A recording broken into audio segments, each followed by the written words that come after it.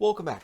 All right, so I've already done the series on how teams miss the playoffs. Now I want to talk about teams that get eliminated from the playoffs. We're going to start with Nashville. So I'm starting with Nashville because they got taken out of the playoffs first, and they were also up against a Colorado Avalanche team that looks intimidatingly good. We'll see in round two how things go for Colorado, now against St. Louis.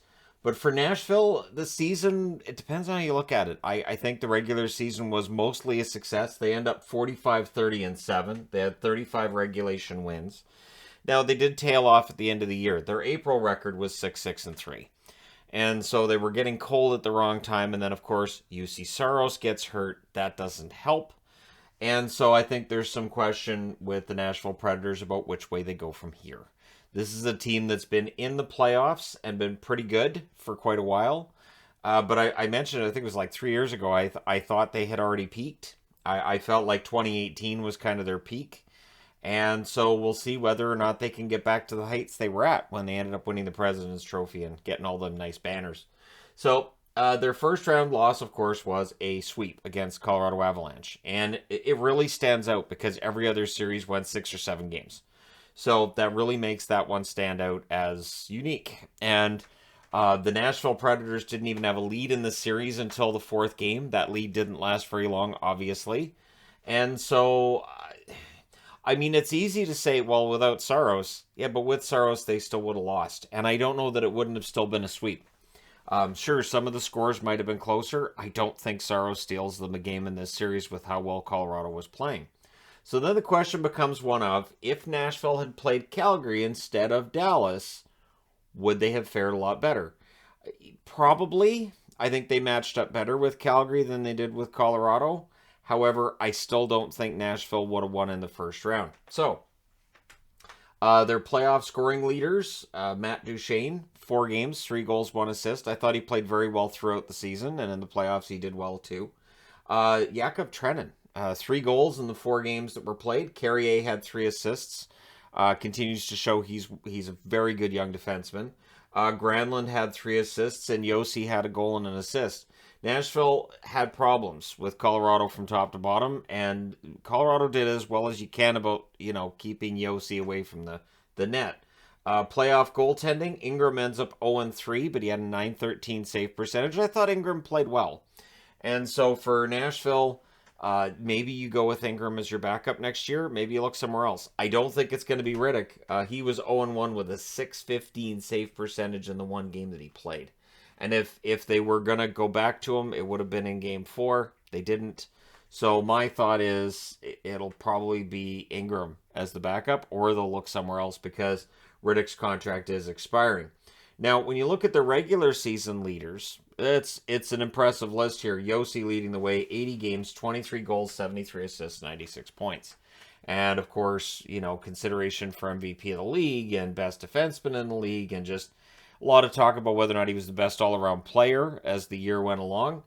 But yeah, so Yossi got as close to 100 points as any defenseman has in a very long time. Then you've got Duchene, who in 78 games, 43 goals, 43 assists, 86 points. Very rich contract. 40-goal season is going to make that contract look a lot better. Forsberg, 69 games, 42 goals, 42 assists, 84 points. He's a free agent this summer, and we haven't heard what's going to happen yet. So we heard throughout the season about negotiations between player and team and how those were going or how they weren't going. And so if Forsberg ends up leaving, and if they don't get anything back, would that be seen as a loss for David Poile? Would that be seen as an acceptable loss because they were all about getting into the playoffs and seeing what they could do?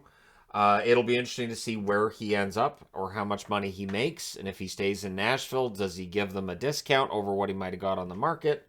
We're going to find out pretty quickly here. Granlund, 80 games, 11 goals, 53 assists, 64 points. He had a solid season, as did Johansson.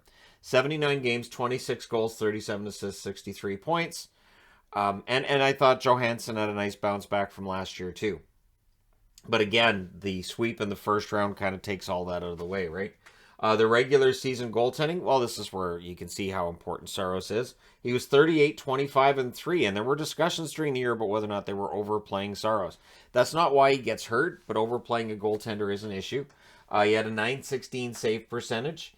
Riddick, 6-3-4 with an 886 save percentage. And for Ingram, 1-2 with an 879 save percentage. So that would tell you that they didn't have a lot of faith in their backups. The backups, when they were put in there, didn't play as well as Saros, obviously, but didn't play well enough either for them to stop playing Saros as much as they were.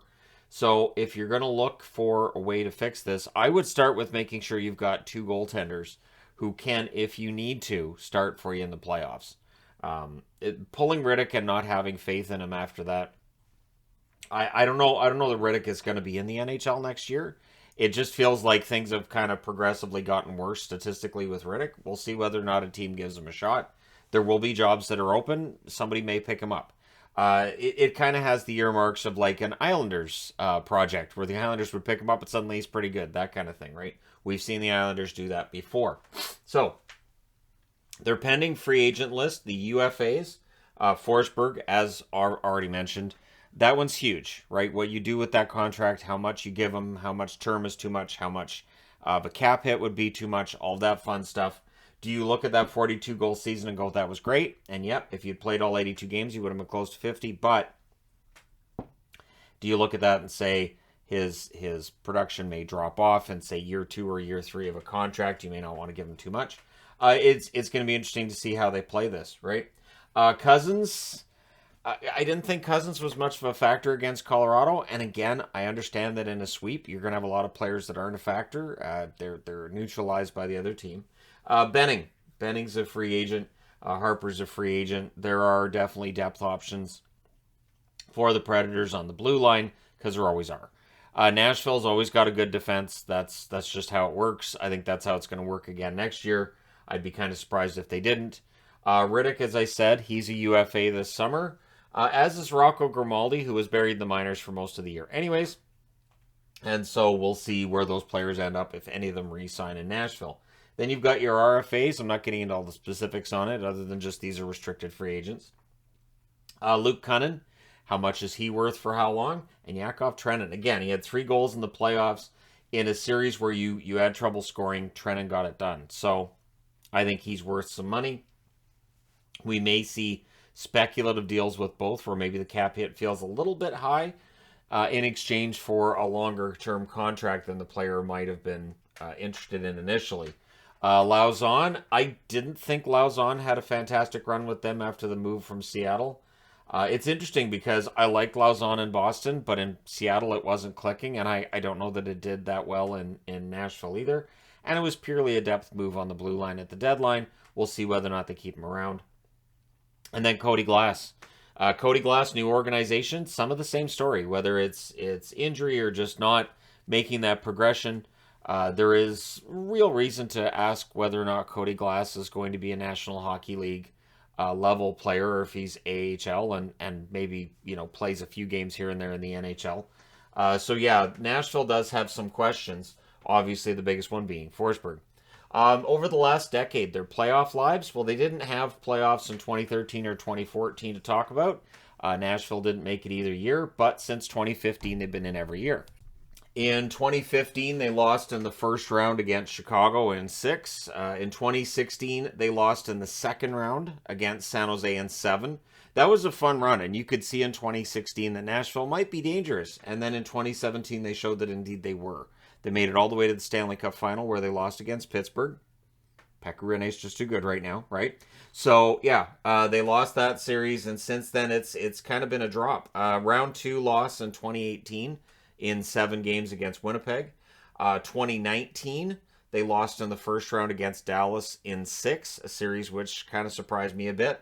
2020, qualifying round loss, 3-1 against Arizona. And I say the 2019 one surprised me because Rinne just wasn't very good that series. The positioning was off and everything. In 2020, in that qualifying loss to Arizona, 3-1, that was a rough loss for Nashville. They really should not have lost against Arizona, but they did. And there you go. 2021, they lost in the first round against Carolina in 6, and of course, as we've just seen, they've lost in 4 straight against Colorado, again in round 1. So round 1, qualifying round 1, round 1. The last 4 years, they have not won a round. And so then the question becomes, how long do you go before you look at potentially a rebuild or a retool? And are we there now with Nashville? So it's a question I have. Let me know your answer to said question in the comment section below as always. What happens with Forsberg?